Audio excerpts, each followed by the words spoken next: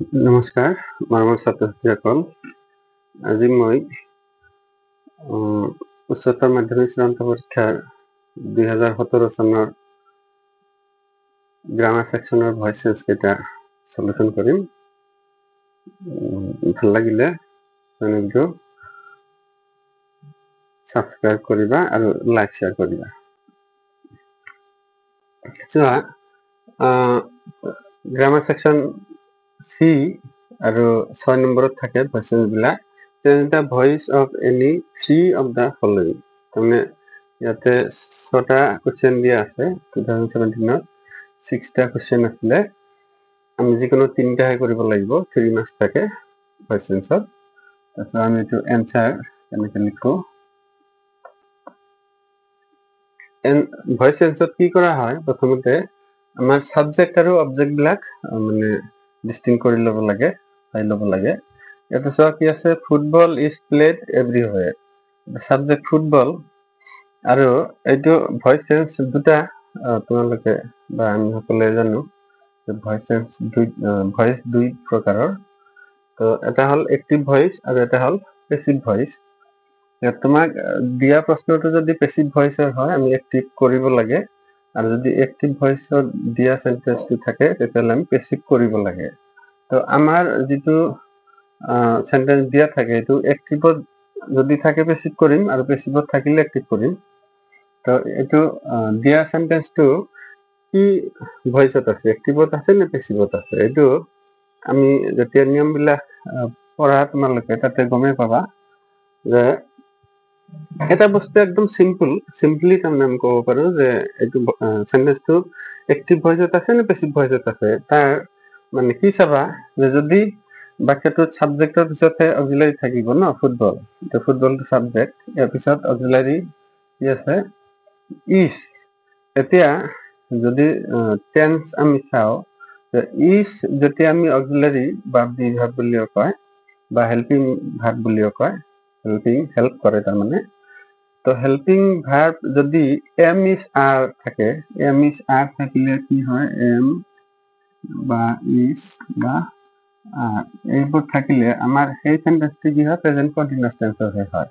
তাৰ মানে present continuous টেন্সত আমি যেতিয়া টেন্স বিলাক চাওঁ, সাবজেক্ট থাকে, তাৰপিছত হেল্পিং ভাৰ্বটো যি থাকে এম ইজ আৰ, তাৰপিছত যিটো ভাৰ্ব থাকে ইয়াতে এইটো ভাৰ্ব প্লে লগত ইডি আছে, এইটো ভাৰ্ব লিষ্টৰ থাৰ্ড ফৰ্ম।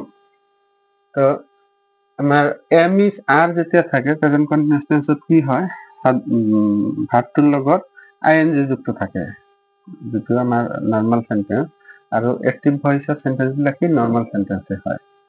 তো নৰ্মাল সেন্টেন্সত এম ইজ আর ইজ যেহেতু হেল্পিং ভার্ব বা অক্সিলারি ভার্ব, বা তুমি যদি এইটোক হেল্পিং ভার্ব বা বি ভার্ব বুলিও কোৱা, তাৰ পিছত যিটো ভাৰ্ব থাকিব ভাৰ্বৰ লগত আইএনজি ফৰ্ম হৈ থাকে, কিন্তু ইয়াতে নাই, আইএনজি নাই।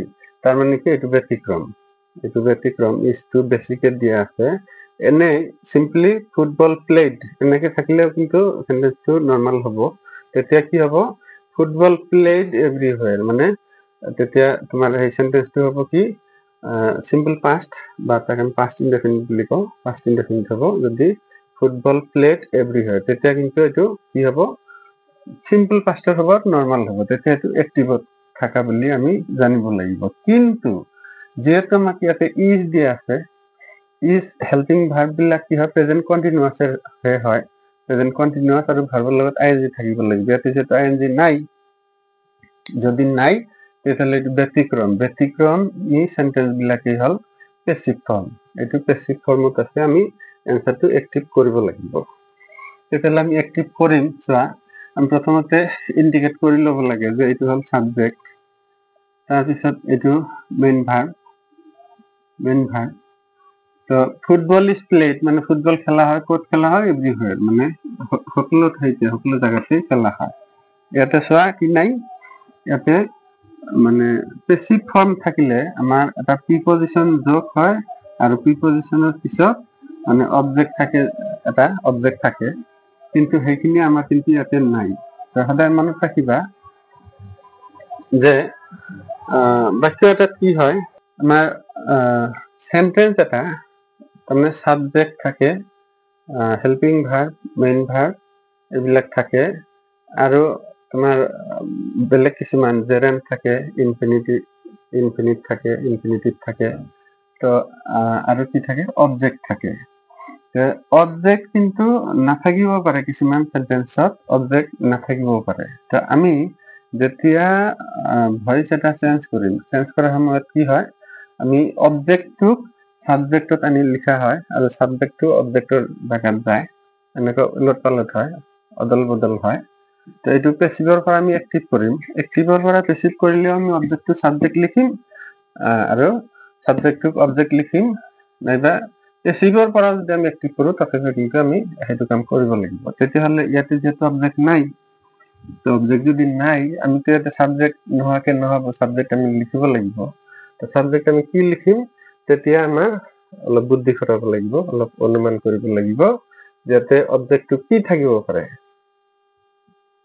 যে অবজেক্টটো যদি এনেকুৱাকে কোৱা হয়, চোৱা, ফুটবল ইজ প্লেড এভৰিৱেৰ বাই পিপল। মানুহৰ দ্বাৰা। ফুটবল খেলে কোনে? গৰুৱেতো নেখেলে নিশ্চয়, বা অন্য প্ৰাণীয়েতো নেখেলে। কোনে খেলে? মানুহে খেলে, মানুহে খেলে। তেতিয়াহ'লে মনে মনে ইয়াত আমাৰ উজ্জ্ব হৈ আছে, চাইলেন্স হৈ আছে কি, ফুটবল ইজ প্লেড এভৰিৱেৰ বাই পিপল।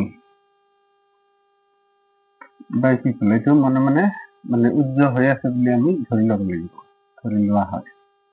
তেতিয়াহ'লে এইবাৰ যিহেতু আমি এইটো চেঞ্জ কৰিম, ভইচ চেঞ্জ কৰিম, পেছিভত আমি এক্টিভ লিখিম, তেতিয়াহ'লে এই পিপলটো আমি প্ৰথমতে সাবজেক্ট হিচাপে লিখিম। তেতিয়াহ'লে হ'ব এইটো পিপল কি, এইটো এবাৰ যেহেতু বি অক্সিলাৰী নাথাকিব, আমাৰ এইটো চিম্পল প্ৰেজেন্টত লিখিব লাগিব। আৰু চিম্পল প্ৰেজেন্টৰ এক্টিভ ভইচৰ সেন্টেন্সটো আমি যেতিয়া পেছিভ কৰো, তেতিয়া এম ইজ আৰ এটা প্ৰিফাৰেন্স যোগ কৰা হয়। তেতিয়াহ'লে আমি লিখিম পিপল, আমি অবজেক্ট ইয়াতে ধৰিম পিপল, তাৰপিছত কি হ'ব, মেইন ভাৰ্বটো প্ৰেজেন্ট ফৰ্মত হ'ব, পিপল প্লে ফুটবল। মানে পিপল প্লে, মানুহে খেলে, কি খেলে? ফুটবল খেলে। ফুটবল, এইটো ফুটবল আহিব, ফুটবল, এইটো এভৰিৱেৰটো লগাই দি থব লাগিব, এভৰিৱেৰ। এটা হল আনসাৰ, একদম সিম্পল না। তাৰপিছত নেক্সট আমি আহিম বি নম্বৰ। চোৱা, বি নম্বৰ আছে ডু দ্য ৱৰ্ক ইমিডিয়েটলি। এইটো আমি এনসাৰ লিখিম। আমাৰ এনসাৰ কি হ'ব, একদম সিম্পল। ভইচ চেঞ্জ বিলাক মানে একেবাৰে বহুত সহজ, খালি ভইচ চেঞ্জ নহয়, যিমান গ্ৰামাৰ আছে চব সহজ, কিন্তু আমি অলপ কি কৰিব লাগে, ৰুল ৰেগুলেশ্যন বিলাক মনত ৰাখিব লাগে। তো এইটো আমাৰ সেন্টেন্সটো কি টাইপ সেন্টেন্স এইটো চাব লাগিব। ডু দি ৱৰ্ক ইমিডিয়েটলি, ইয়াতে কিন্তু চোৱা, ইয়াতে যিটো ইজ উপৰিঞ্চি বি ভাৰ্ব যোগ কৰা আছিলে, ইয়াতে কিন্তু নাই, এইটো তাৰমানে এক্টিভ ফৰ্মত আছে, পেছিভ আমি কৰিব লাগে। তেতিয়াহ'লে কি হ'ব, চোৱা, প্ৰথমতে আমি সেন্টেন্স বিলাক চোৱা হয়, সেন্টেন্সটো কি সেন্টেন্স। এছাৰ্টিভ সেন্টেন্স হ'লে আমি বেলেগ এটা নিয়মত কৰোঁ, ইন্টাৰগেটিভ সেন্টেন্স হ'লে এটা নিয়মত কৰোঁ, অবজেক্টিভ হ'লে বেলেগ নিয়মত কৰোঁ, তাৰপিছত ইম্পাৰেটিভ হ'লে এটা নিয়মত কৰোঁ। এইটো সেন্টেন্স কি আছে, ডু দ্য ৱৰ্ক ইমিডিয়েটলি, এইটো এটা অৰ্ডাৰ কৰিছে, মানে ইম্পাৰেটিভ সেন্টেন্স। আদেশ, উপদেশ, অনুৰোধ, তেনেকুৱা সেন্টেন্সক ইম্পাৰেটিভ সেন্টেন্স বুলি কোৱা হয়। তেতিয়াহ'লে এইটো কি কৰিছে, ডু দ্য ৱৰ্ক ইমিডিয়েটলি, কামটো সোনকালে কৰা, এইটো আদেশ কৰা হৈছে, মানে অৰ্ডাৰ কৰিছে। তো ইম্পাৰেটিভ সেন্টেন্স যেতিয়া আমি এক্টিভৰ পৰা পেছিভ কৰোঁতে আমাৰ এটা ফৰ্ম আছে, লেট, আমি এটা ইউজ কৰিব লাগে, লেট। তাৰপিছত কি হয়, ইয়াতে চোৱা, এইটো মেইন ভাৰ্ব, তাৰপিছত এইটো অবজেক্ট, এইটো কনজাংচন লগোৱা আছে তাৰ লগত। তো এবাৰ এইটো মেইন ভাৰ্ব, এইটো অবজেক্ট।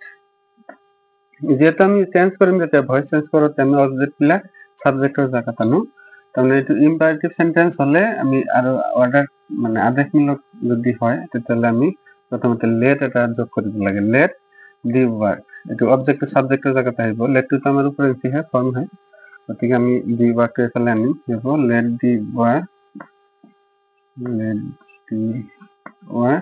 তাৰপিছত এটা বি যোগ কৰিব লাগে, বি এইটো উপৰেঞ্চি মনত ৰাখিব লাগিব, যেহেতু পেচিভ কৰোতে এটা এক্সট্ৰা অক্সিলাৰি আহিব বি। তাৰপিছত মেইন ভাৰ্বটো থাৰ্ড ফৰ্মৰ হয়, do did done, done, let the work be done, immediately লগাই থৈ দিয়া, ইমিডিয়েটলি।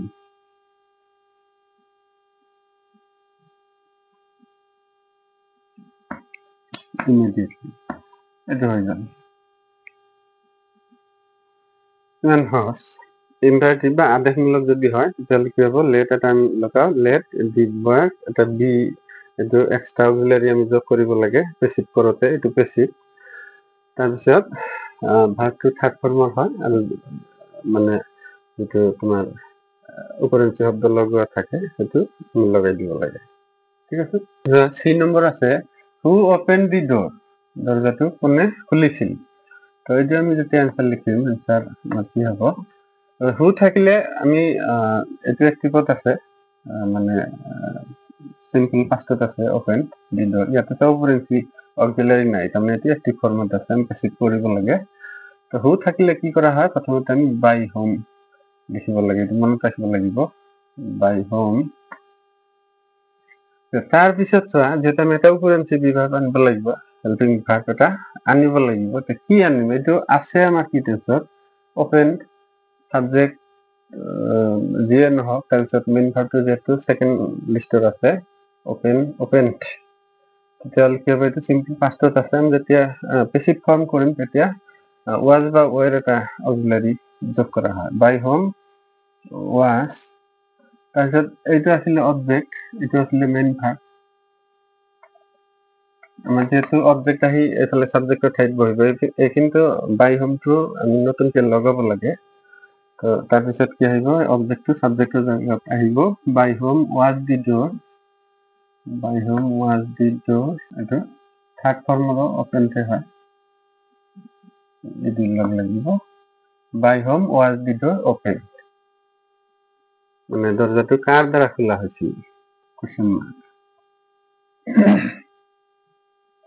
এনসাৰ কি হ'ব, who open the door, answer হ'ব by whom was the door open. তাৰপিছত ডি নম্বৰ আছে, ডি নম্বৰ আছে, I have lost my book, মই মোৰ কিতাপটো হেৰুৱালো।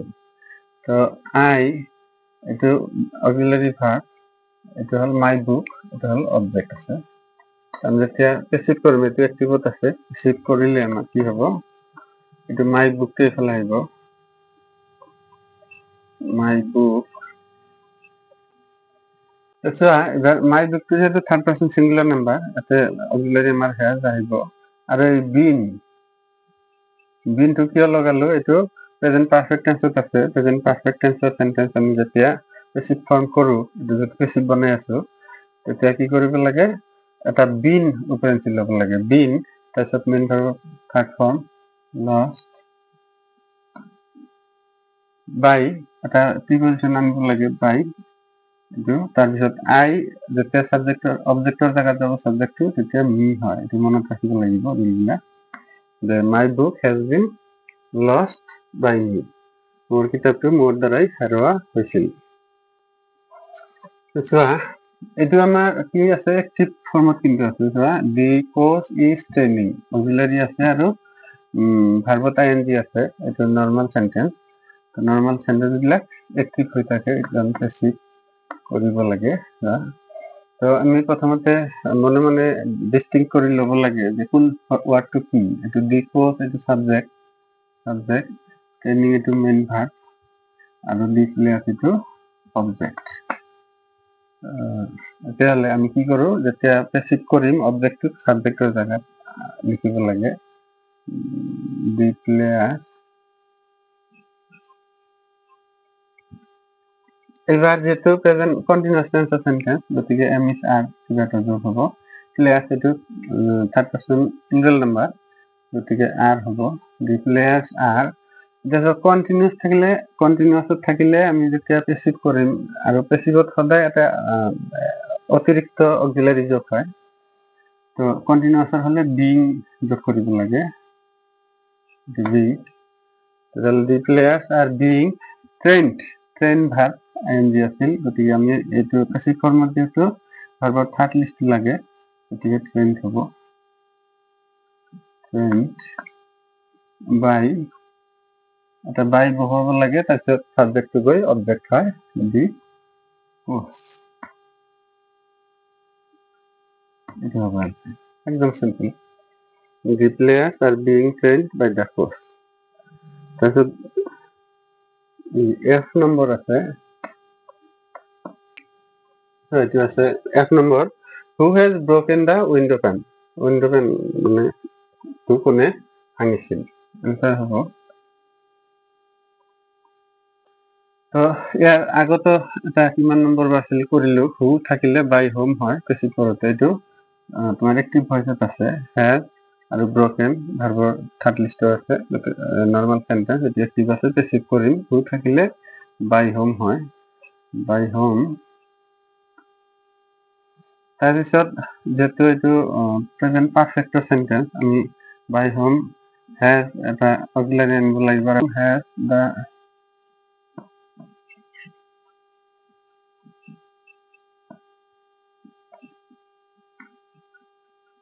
window pane been, বিনটো পিছত দিব লাগিব, been কি broken।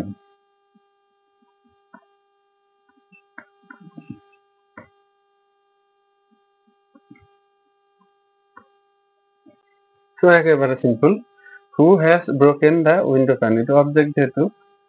আচ্ছা, এবার who থাকিলে by whom, তাহলে ইন্টারেক্টিভ সেন্টেন্স বিলাক আমি যেতিয়া ভয়েস চেঞ্জ কৰো তেতিয়াহ'লে whoৰ জাগাত by whom লিখিব লাগে।